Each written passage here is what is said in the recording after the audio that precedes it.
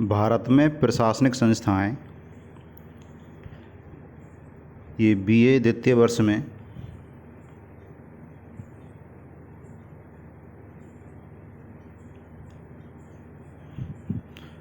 पढ़ाया जाने वाला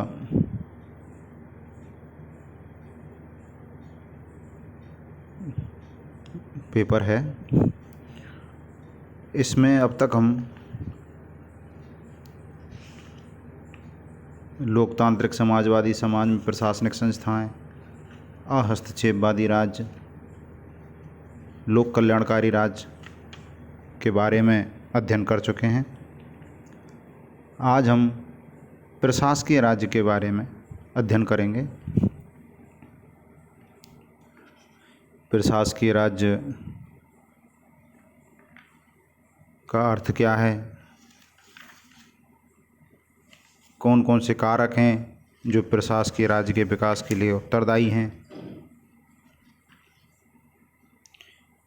प्रशासकीय राज्य की विशेषताएं क्या हैं, और बहुत सी बातें जो प्रशासकीय राज्य के बारे में जाननी आवश्यक हैं, उनके बारे में हम इस अध्याय में अध्ययन करेंगे। अब हम शुरू करते हैं। प्रशासकीय राज्य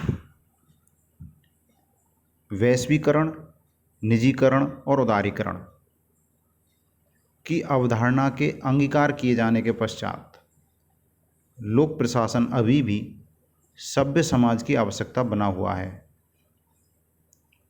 आधुनिक युग में यह समाज का एक आवश्यक अंग और मानव जीवन का नियामक बन गया है। विश्व के अधिकांश राज्य आज भी लोक कल्याणकारी हैं, जिन्होंने अहस्तक्षेप की नीति का परित्याग कर मानव जीवन की अनन्य और असंख्य आवश्यकताओं जैसे शिक्षा, स्वास्थ्य, मनोरंजन, स्वच्छता और सामाजिक सुरक्षा आदि को पूरा करने का संकल्प लिया है। इस राज्य की विषय वस्तु सकारात्मक व सृजनात्मक दोनों है, क्योंकि इसका ध्येय मानव का कल्याण करना है। यह भूमिका समाज में शांति एवं सुव्यवस्था बनाए रखने के उसके मूलभूत कार्यों के अतिरिक्त है। इसकी यह प्रकृति, क्षेत्र तथा विषय वस्तु आदि मिलकर इसे आधुनिक शासन व्यवस्था में केंद्रीय महत्व प्रदान कर देते हैं। विश्व के समग्र वातावरण के संबंध में मनुष्य के ज्ञान की वृद्धि के साथ साथ विज्ञान और तकनीकी के विकास ने वैज्ञानिक खोज एवं अनुसंधानों को प्रश्रय दिया है, आश्रय दिया है, सहारा दिया है, जिससे मनुष्य की इच्छाओं और आकांक्षाओं में निरंतर वृद्धि हो रही है। वैज्ञानिक प्रगति, औद्योगिक क्रांति, तकनीकी विकास तथा जनसंख्या वृद्धि ने राज्य के लिए यह आवश्यक बना दिया है कि वह मानव के सामाजिक जीवन की जटिल समस्याओं को हल करने में अपनी ठोस भूमिका का निर्वाह करे। राज्य के कार्यक्षेत्र का विस्तार। आधुनिक युग में विभिन्न कारकों ने राज्य के कार्यक्षेत्र में अभूतपूर्व वृद्धि कर दी है। आधुनिक राज्य जितनी सेवाओं व दायित्वों का निर्वाह कर रहा है, उतना मानव इतिहास में कभी नहीं किया गया। इसकी इस प्रकृति के निरंतर गतिशील रहने की संभावना है। आधुनिक राज्य उन कार्यों को संपन्न कर रहे हैं जो पहले निजी संगठनों द्वारा किए जाते थे। अब वे दिन नहीं रहे जबकि राज्य का उत्तरदायित्व केवल शांति और व्यवस्था बनाए रखना, निजी संपत्ति की रक्षा करना और न्याय प्रदान करना ही था। विज्ञान और तकनीकी के इस युग में पुलिस राज्य की अवधारणा का स्थान लोक कल्याणकारी राज्य ने ले लिया है। जन जन के कल्याण की इस धारणा के अंतर्गत वर्तमान समय में राज्य का यह उत्तरदायित्व माना जाता है कि वह ऐसे लोगों की देखभाल करे जो स्वयं अपनी देखभाल करने में असमर्थ हों, और ऐसे लोगों की सहायता करे जिन्हें सहायता की आवश्यकता है। सभी नागरिकों को जन्म से लेकर मृत्यु पर्यंत सामाजिक सुरक्षा की गारंटी दे। इस प्रकार मानव जीवन के समस्त व्यवहारगत पक्षों पर राज्य के नियंत्रण व नियमन में वृद्धि हो रही है। प्रशासकीय राज्य का अर्थ।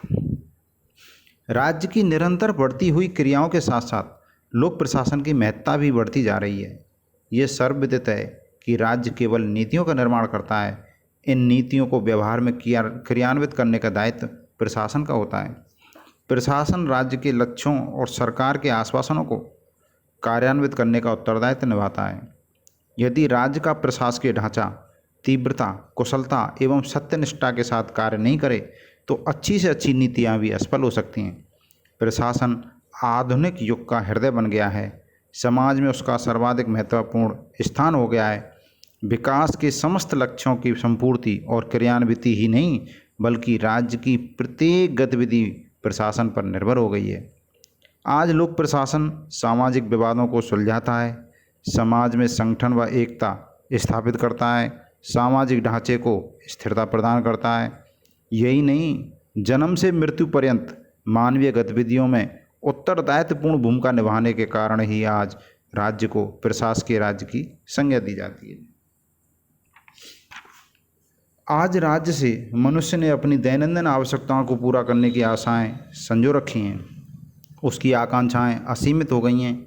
छोटे छोटे कार्य व सेवाओं की पूर्ति के लिए आज व्यक्ति सरकार से अपेक्षा रखता है, और यदि सरकार वे सेवाएं प्रदान करने में आंशिक रूप से भी असफल रहती हैं तो नागरिक लोक प्रशासन के प्रति रोष प्रकट करता है, उसकी शिकायत करता है। इससे यह स्पष्ट होता है कि आज समाज व सरकार, राज्य व सरकार, सरकार व नागरिक एक दूसरे के पूरक बन गए हैं। इसे प्रशासकीय राज्य की पूर्वापेक्षा भी माना जाता है। वास्तविकता यह है कि प्रशासकीय राज्य एक ऐसा राज्य है जो किसी विचारधारा से बंधा हुआ नहीं है।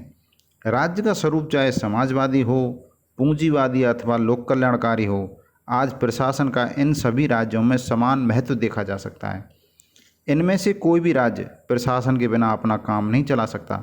सभी प्रकार के राज्य अपनी नीतियों के निष्पादन के लिए प्रशासन पर निर्भर करते हैं। ऐसी स्थिति में प्रशासन का बढ़ता हुआ महत्व एक विश्वव्यापी प्रक्रिया है। ऐसा नहीं है कि प्रशासकीय राज्य केवल लोकतांत्रिक राज्यों में ही पाया जाता हो। इसकी उपस्थिति तो प्रशासकीय, पूंजीवादी और लोकतांत्रिक देशों में समान रूप से द्रष्टव्य है। इन सभी देशों की समान प्रशासकीय समस्याएं हैं। प्रशासन तंत्र पर नियंत्रण, उसकी नीतियों का मूल्यांकन, उसकी कार्य निष्पत्ति का अवलोकन, दक्ष एवं कुशल कर्मचारियों का अभाव, प्रशासकीय भ्रष्टाचार की समस्या तथा प्रशासकीय मूल्यों का निरंतर अवमूल्यन आदि ऐसे लक्षण हैं जो सभी प्रकार की प्रशासकीय व्यवस्थाओं में समान रूप से पाए जाते हैं। अतः प्रशासकीय राज्य को किसी एक विचारधारा में आबद्ध कर सीमित नहीं किया जा सकता। यह तो विश्वव्यापी प्रक्रिया है। राज्य का स्वरूप प्रशासकीय हो गया है, इसका कारण यह है कि आज व्यवस्थापिका और न्यायपालिका की तुलना में प्रशासकीय कार्य अधिक महत्वपूर्ण हो गए हैं। ऐसा नहीं है कि प्रशासन का यह महत्व व्यवस्थापिका या न्यायपालिका की कीमत पर बढ़ा है, अपितु अनेक कारण हैं जिन्होंने कार्यपालिका की शक्तियों में विस्तार किया है, और कार्यपालिका की शक्तियों में विस्तार का अंतर्निहित परिणाम यह हुआ है कि प्रशासन के महत्व और उसकी शक्तियों में असीमित वृद्धि हो गई है। राज्य और समाज में प्रशासन के इस बढ़े हुए महत्व के कारण ही समालोचकों ने आधुनिक राज्य को प्रशासकीय राज्य की संज्ञा दी है। प्रोफेसर फ्राइडमैन के अनुसार आज की सरकार या राज्य के कार्यों को 4 रूपों में देखा जा सकता है। नंबर 1, सेवाएं प्रदान करने वाले सेवक के रूप में। नंबर 2, नियामक के रूप में। नंबर 3, पूंजी निवेशक के रूप में। और नंबर 4, शासक के रूप में। वे दिन लद गए जब राज्य को एक अनिवार्य बुराई के रूप में माना जाता था।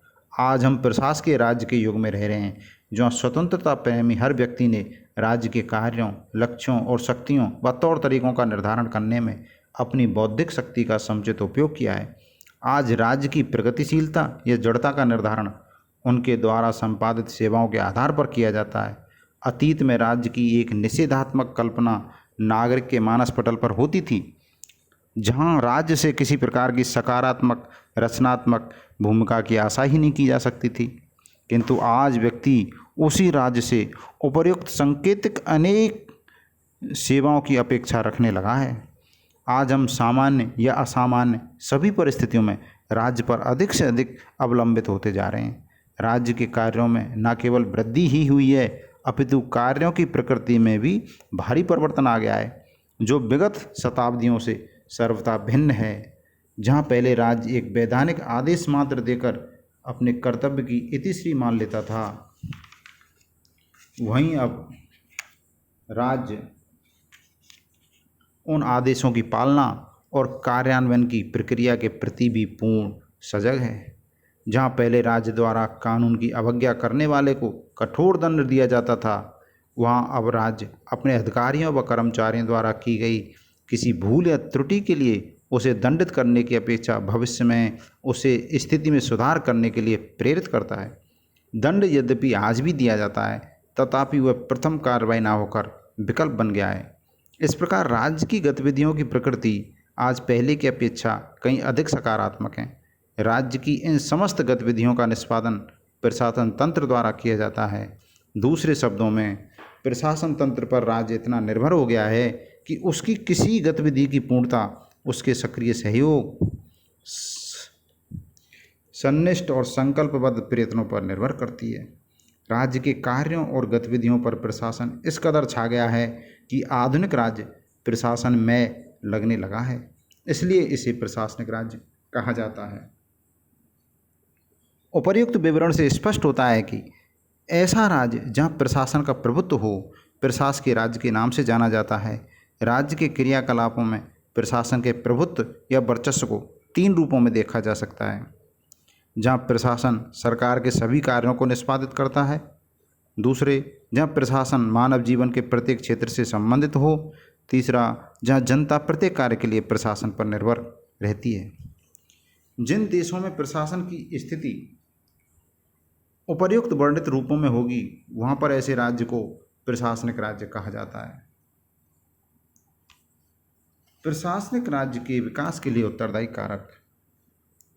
सबसे पहला कारक है आर्थिक नियोजन। औद्योगिक क्रांति के पश्चात के काल में राज्य द्वारा आर्थिक क्षेत्र के नियमन के लिए आर्थिक नियोजन का मार्ग अपनाया गया। कच्चे माल का आयात करके उसके सही वितरण एवं नियमन का दायित्व भी राज्य वहन कर सकता था। अतः राज्य द्वारा ही स्थानीय उपलब्ध माल और आयातित माल का प्रबंध किया गया। समाज के समक्ष एक गहन चुनौती यह थी कि वह अपने सीमित उपलब्ध साधनों का कैसे अधिकतम संभव उपयोग करे। इस चुनौती का सामना तथा समाधान भी राज्य ने ही किया। दूसरा कारक औद्योगिक क्रांति।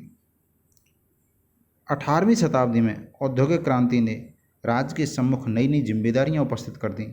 नई नई यांत्रिक इकाइयां और बड़े बड़े कारखाने अस्तित्व में आए। श्रमिक स्वयं कारखानों अथवा उत्पादन इकाइयों के मालिक नहीं थे, इसलिए तत्व संबंधी समस्याओं के समाधान का गुरुतर दायित्व राज्य पर आ पड़ा। शहरीकरण, भीड़भाड़ और घुटन, प्रदूषण और अपराधों में वृद्धि हुई। श्रमिकों के कल्याण हेतु राज्यों ने उद्योगों का संचालन भी करना शुरू किया। मालिक और मजदूरों में संघर्ष की स्थिति उत्पन्न हो गई। मजदूरों के काम के घंटे राज्य को निश्चित करने पड़े। इस समूची स्थिति में राज्य को अपना मौन तोड़ना पड़ा।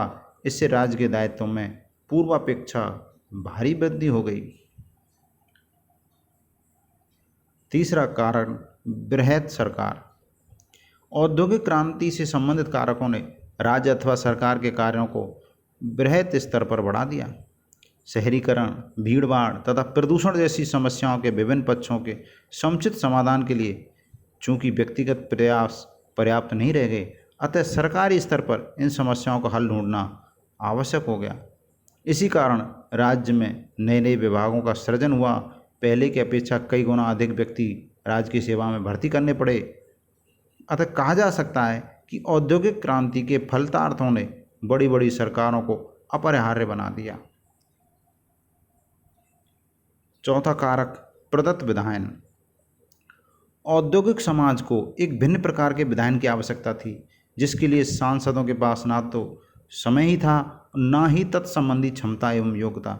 अतः विधानमंडल में सामान्य कानून एवं सामान्य नीति का निर्धारण किया जाता था और नेतार्थ व्याख्याएं प्रस्तावित कानून की बारीकियों को प्रशासन के लिए छोड़ दिया जाता था, जो प्रदत्त विधायन के अंतर्गत संपन्न की जाती थी। व्यवस्थापिका के पास समय के अभाव और विशिष्टीकृत ज्ञान की कमी के कारण नीति निर्माण का जो दायित्व व्यवस्थापिका का था वह कार्यपालिका को करना पड़ा। इससे प्रशासन तंत्र पर विधायन का नया दबाव आ गया। पांचवा कारक सामाजिक आर्थिक जीवन में बढ़ती जटिलता। औद्योगिक क्रांति एवं तीव्र औद्योगिकरण ने प्राचीन सामाजिक व्यवस्था की संरचना को अत्यधिक प्रभावित किया। शहरीकरण की तेज प्रक्रिया आरंभ हुई, संयुक्त परिवार प्रथा टूटने लगी एवं समूचे सामाजिक सांस्कृतिक मूल्य बदलने लगे। व्यक्ति तेजी से आर्थिक व्यक्ति बनने लगा तथा अब उसकी चिंतन मनन की इकाई आर्थिक बनने लगी। वैज्ञानिक उपलब्धियों ने भी मानव जीवन को अधिक जटिल बनाने में भूमिका निभाई। शनै शनै वह व्यक्ति से सामूहिक सामाजिक बनता गया। उसकी समस्याओं का निदान अब उसके स्तर पर हो पाना कठिन होता गया तथा प्रशासन पर उसकी निर्भरता उत्तरोत्तर बढ़ने लगी। औद्योगिक बस्तियों के ही निर्माण ने ऐसी अनेक समस्याएं उत्पन्न की जिनका समुचित हल राज्य के सक्रिय हस्तक्षेप एवं सकारात्मक भूमिका के बिना संभव नहीं था। इन परिस्थितियों ने राज्य को अपने दर्शक दर्शन को त्याग कर प्रत्यक्ष अवकर्ता बनने हेतु प्रेरित किया। छठवां कारक प्रशासनिक न्यायाधिकरण। राज्य के कार्यों की जटिल वैज्ञानिक एवं तकनीकी प्रकृति के कारण सामान्य न्यायालयों का कार्यक्षेत्र घटता चला गया और ऐसे मामलों का निर्धारण प्रशासनिक तौर पर ही किया जाने लगा। ऐसा समझा जाने लगा कि लाइसेंस जारी करने एवं संपत्ति के मूल्यांकन आदि कुछ ऐसे मुद्दे हैं जिनमें न्यायालय कोई विशेष भूमिका नहीं निभा सकता, अतः ऐसे मामलों को प्रशासनिक न्यायाधिकरणों के सुपुर्द कर दिया गया। इसी तरह कर्मचारियों की सेवा शर्तों में नियोक्ता से उसके विवादों में भी प्रशासनिक निर्णय को ही अंतिम मानते हुए उन्हें न्यायालयों के कार्यक्षेत्र से मुक्त कर दिया गया। इस तरह प्रशासन पर न्यायिक क्षेत्र का यह अतिरिक्त दायित्व भी आ गया। सातवां कारण नवोदित राष्ट्र एवं उनकी समस्याएं।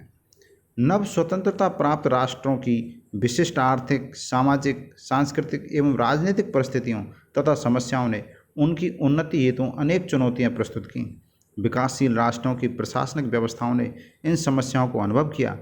राष्ट्र को निर्धनता की रेखा से निकालकर संपन्न बनाने हेतु प्रशासन पर विशिष्ट दायित्व आ गए तथा इनके निर्वाह हेतु सरकार को परोक्ष एवं प्रत्यक्ष रूपों में अर्थव्यवस्था को प्रभावित करना आवश्यक हो गया। पूंजी का अभाव, जर्जर कृषि तथा कृषि पर अर्थव्यवस्था का आश्रय, अकुशल श्रमिक, निम्न उपभोग एवं विनियोग तथा बचत दर आदि ऐसी ही कुछ प्रमुख समस्याएं हैं जो विकासशील राष्ट्र अनुभव करते रहे। इन समस्याओं को हल कर सकने के संदर्भ में वहाँ के प्रशासनिक तंत्र विशेषतः अधिक अकुशल होते हैं, जो एक अतिरिक्त संकट होता है। इन स्थितियों में यह दायित्व सरकार पर ही आ जाता है कि राष्ट्र को पिछड़ेपन की स्थिति से मुक्ति दिलवाए एवं विकास को गति प्रदान करे। आठवां कारक उभरता राष्ट्रवाद। जर्मन अर्थशास्त्री फ्रेडरिक लिस्ट ने संरक्षणवाद का सिद्धांत दिया, जो मूलतः तार्किक राष्ट्रवाद का प्रतीक कहा जा सकता है। फ्रेडरिक लिस्ट की ये मान्यता थी कि यदि अल्प विकसित उद्योगों को विकसित उद्योगों से खुली प्रतियोगिता करनी पड़ी तो वे कभी भी जीवित नहीं रह सकेंगे। यह तर्क उन्होंने इंग्लैंड तथा जर्मनी के मध्य स्वतंत्र व्यापार के संदर्भ में दिया। उनकी मान्यता थी कि चूंकि जर्मनी औद्योगिकरण की प्राथमिक अवस्था में ही था, इसलिए औद्योगिकीकृत राष्ट्र ब्रिटेन से उसका स्वतंत्र व्यापार उसके राष्ट्र हित में नहीं था।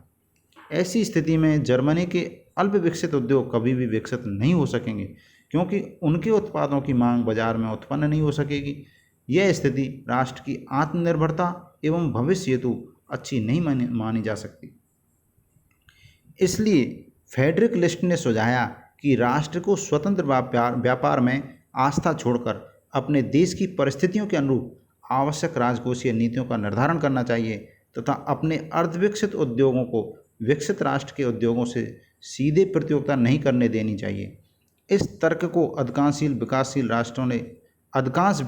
राष्ट्रों ने स्वीकारा तथा अंतर्राष्ट्रीय स्वतंत्र व्यापार का स्वरूप ही इसमें बदलाव लाता चला गया। राज्य ने हस्तक्षेप कर अपने राष्ट्र के औद्योगिक विकास के लिए आवश्यक दशाएं उत्पन्न करने हेतु व्यापार को प्रभावित और नियंत्रित किया। अगला कारक मार्क्सवाद का उदय तथा रूसी क्रांति। पूंजीवाद पर सर्वाधिक प्रहार कार्ल मार्क्स ने किया। पूंजीवाद अर्थतंत्र की अनेक सीमाओं की ओर संकेत करने के अतिरिक्त मार्क्स ने इसे शोषण का मूल कारण बतलाया। वास्तव में मार्क्स का योगदान मात्र पूंजीवाद की आलोचना नहीं है, अपितु इसके विकल्प में दूसरी अर्थव्यवस्था के प्रारूप को वैज्ञानिक आधार पर स्पष्टता देना है। समाजवादी अर्थव्यवस्था के सिद्धांतों के विधिवत निर्माण का प्रमुख श्रेय कार्ल मार्क्स को ही है। मार्क्स के इस वैचारिक आंदोलन में श्रम शक्ति को अधिक संगठित होने की प्रेरणा दी। इससे सरकार को अहस्तक्षेप की नीति त्यागनी पड़ी। क्रांति द्वारा 1917 में रूस ने अपनी पुरानी औपनिवेशिक अनियंत्रित पूंजीवादी अर्थव्यवस्था के स्थान पर समाजवादी अर्थव्यवस्था की स्थापना की। अधिकांश पूंजीवाद के समर्थक विद्वानों की अपेक्षा के सर्वथा विपरीत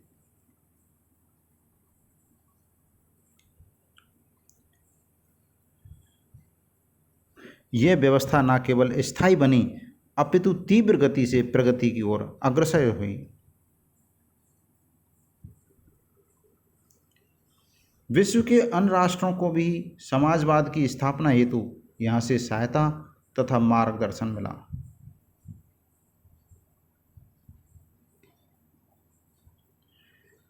समाजवाद की यह सफलता एक प्रमुख घटना थी। इसके परिणाम स्वरूप अधिकांश यूरोपीय सरकारों को कल्याणकारी भूमिका का निर्माण तथा क्रियान्वयन अपने हाथों में लेना पड़ा। इसलिए यह भी कहा जाता है कि अहस्तक्षेप की नीति का परित्याग तथा कल्याणकारी राज्य की स्थापना के लक्ष्य की स्वीकृति का मूल कारण वस्तुतः साम्यवाद से उत्पन्न भय था। दूसरे शब्दों में, कल्याणकारी राज्य की स्थापना पूर्ण नियंत्रित समाजवादी व्यवस्था तथा पूर्ण अनियंत्रित पूंजीवादी व्यवस्था के मध्य एक समझौता है। उपर्युक्त परिस्थितियों ने राज्य की अहस्तक्षेपकारी नीति को धीरे धीरे समाप्त किया। उत्तरोत्तर प्रशासन महत्वपूर्ण होता गया क्योंकि सरकारी कार्य क्षेत्र निरंतर वृद्धि की ओर था। औद्योगिक क्रांति तथा निरंतर तकनीकी विकास ने सरकार की समस्याओं को अत्यधिक जटिल बना दिया। धीरे धीरे प्रशासन में विशेषज्ञों की भूमिका में वृद्धि होने लगी। इसके अतिरिक्त राज्य का प्रशासन जिन समस्याओं के निराकरण हेतु कार्यरत था, उनके लिए नीति निर्माण व्यवस्थापिका के सदस्यों की सामर्थ्य से बाहर होने लगा। इस कारण भी प्रशासकीय राज्य का विकास हुआ।